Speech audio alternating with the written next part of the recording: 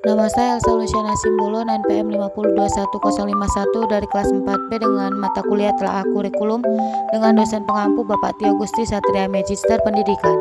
Materi yang pertama tentang elemen kurikulum 2013. A. Standar kompetensi lulusan.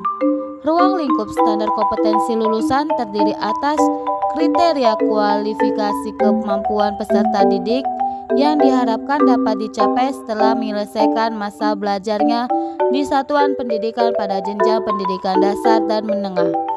Sedangkan dalam kurikulum 2013, penentuan SKL mengacu kepada analisis kebutuhan dengan mempertimbangkan tantangan internal dan tantangan eksternal yang terjadi saat ini dan yang akan terjadi di masa yang akan datang. B. Standar isi. Standar isi merupakan materi yang harus diberikan kepada siswa untuk mencapai SKL. Pada standar isi ini, ada 3 kompetensi yang harus dicapai, yakni kompetensi sikap, pengetahuan, dan keterampilan. C. Standar proses. Standar proses mengandung sistem atau cara atau teknik bagaimana kita menyampaikan materi kepada siswa. Materi yang kedua tentang kurikulum darurat. A. Standar isi. Yang pertama, dengan menyederhanakan KL dan KD dengan tujuan agar kegiatan pembelajaran selama penerapan kurikulum darurat ini dapat berjalan dengan baik dan tidak memberatkan pendidik dan juga peserta didik. Yang kedua, langkah kedua adalah pembuatan dan penyusunan modul oleh pendidik agar materi pembelajaran dapat mudah dipahami peserta didik. Langkah yang ketiga adalah RPP yang disesuaikan dengan KL dan KD yang telah disederhanakan. Langkah yang keempat adalah melaksanakan pelatihan penggunaan. B. Standar proses. Pada kurikulum darurat, pelaksanaan kurikulum darurat pada kondisi khusus bertujuan untuk memberikan fleksibilitas bagi satuan pendidikan untuk menentukan kurikulum yang sesuai dengan kebutuhan pelajaran dapat yang pertama, tetap mengacu pada kurikulum nasional. Yang kedua, menggunakan kurikulum darurat. Yang ketiga, melakukan penyederhanaan secara mandiri. Materi yang ketiga tentang kurikulum merdeka. A. Standar isi.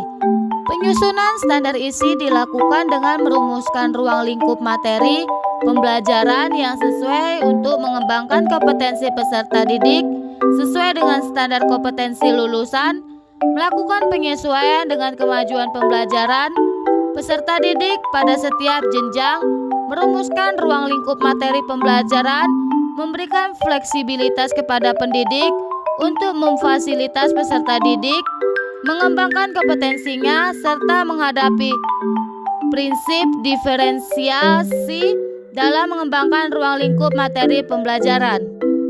B. Standar proses.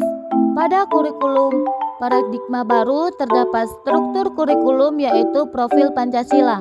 Salah satu acuan dalam pengembangannya yaitu standar proses. Secara umum, struktur kurikulum paradigma baru terdiri dari kegiatan intrakurikuler dan kegiatan proyek. Pelaksanaan proses pembelajaran pada pendekatan tematik yang selama ini hanya dilakukan pada jenjang SD saja, pada kurikulum paradigma baru diperbolehkan untuk dilakukan pada jenjang pendidikan lainnya. Baiklah, itulah tadi hasil penyampaian materi dari saya. Jika ada salah kata dalam penyampaian materi, saya mohon maaf. Saya akhiri. Wassalamualaikum warahmatullahi wabarakatuh. Sekian dan terima kasih.